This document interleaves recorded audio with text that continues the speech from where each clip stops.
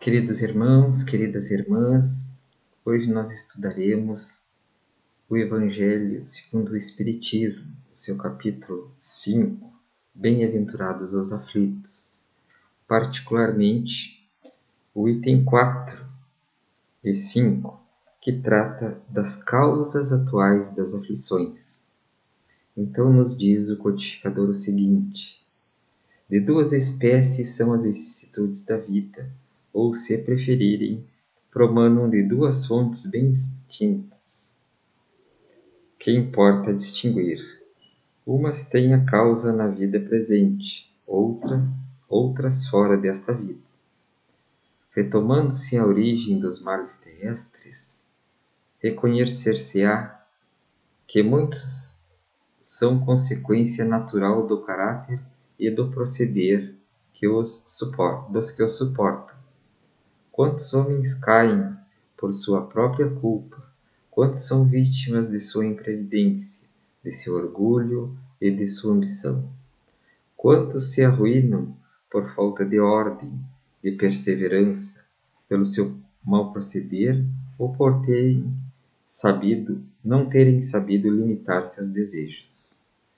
Quantas uniões desgraçadas, porque resultaram de um cálculo de interesse ou de vaidade, e nas quais o coração não tomou parte alguma.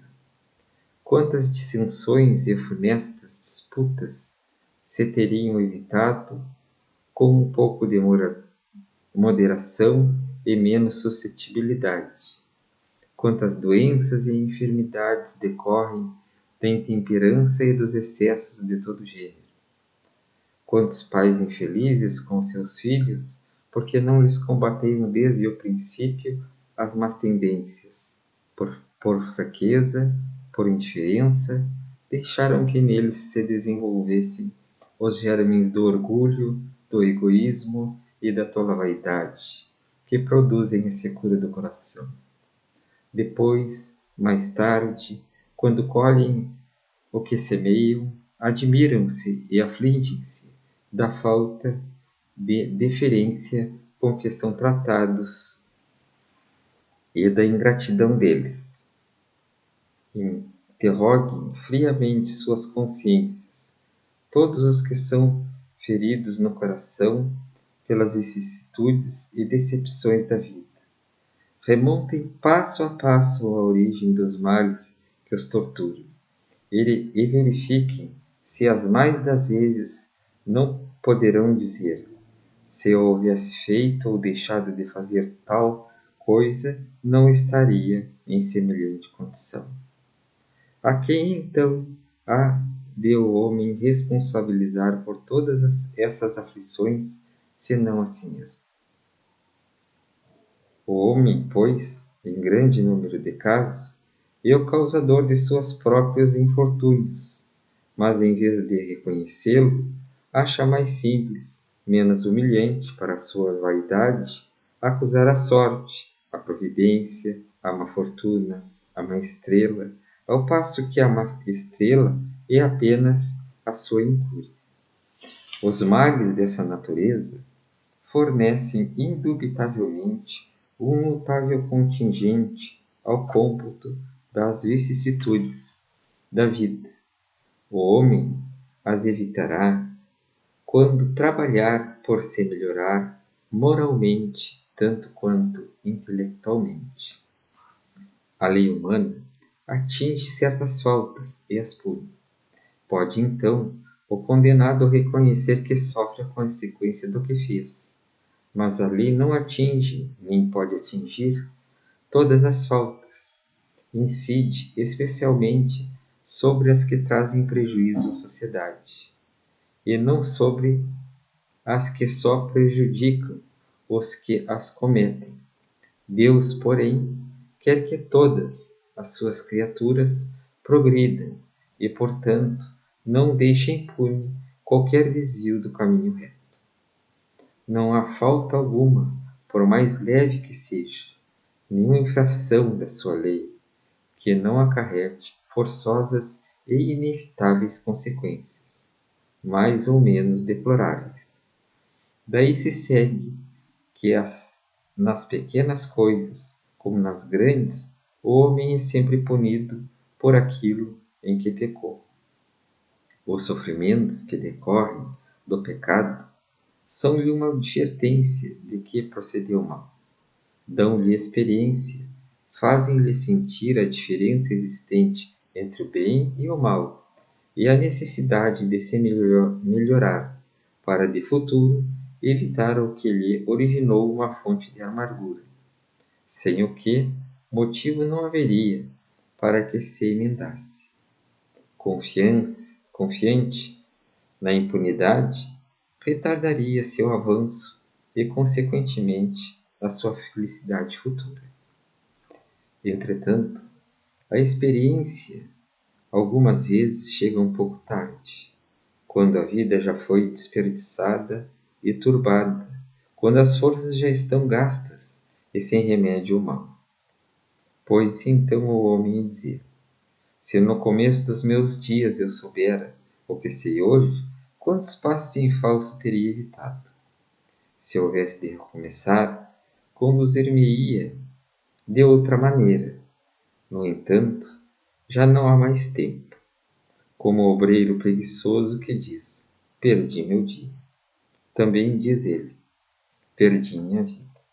Contudo, assim como para o obreiro o sol se levanta no dia seguinte, permitindo-lhe nesse reparar o tempo perdido, também para o homem, após a noite do túmulo, brilhará o sol de uma nova vida em que lhe será possível aproveitar a experiência do passado e suas boas resoluções para o futuro.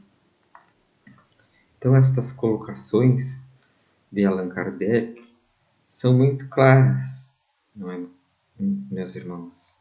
Nós precisamos refletir, porque elas são sempre atuais.